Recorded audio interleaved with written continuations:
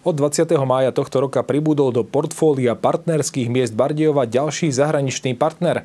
Stalo sa ním starodávne ruské mesto Suzdaľ, ktoré miestni nazývajú tiež mestom rozprávkov.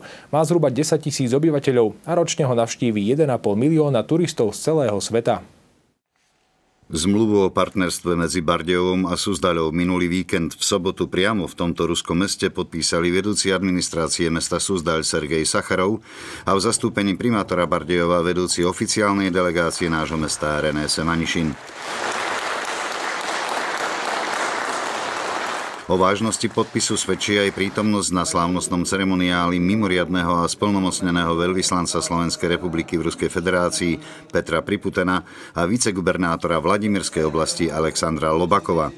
Podpísanie zmluvy o partnerstve medzi mestami Bardejov a Suzdaľ svojím uznesením schválili poslanci mestského zastupiteľstva v marci tohto roka a zmluva zakladá začiatok kontaktov na úrovni predstaviteľov samosprávnych orgánov oboch miest a krajov, respektíve oblastí, kontaktov v oblasti kultúry, školstva, športu, ale aj neformálnych organizácií či podnikateľských subjektov na oboch stranách.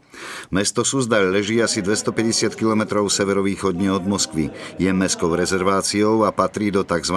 Zlatého kruhu Ruska. Od roku 1992 je zapísané v zozname Svetového kultúrneho a prírodného dedičstva UNESCO. Prvá písomná zmienka o ňom pochádza z roku 1024. Je teda o vyše 200 rokov staršie než Bardejov. Na ploche zhruba 9 štvorcových kilometrov sa nachádza niekoľko desiatok chrámov, 14 zvoníc či 5 kláštorných komplexov.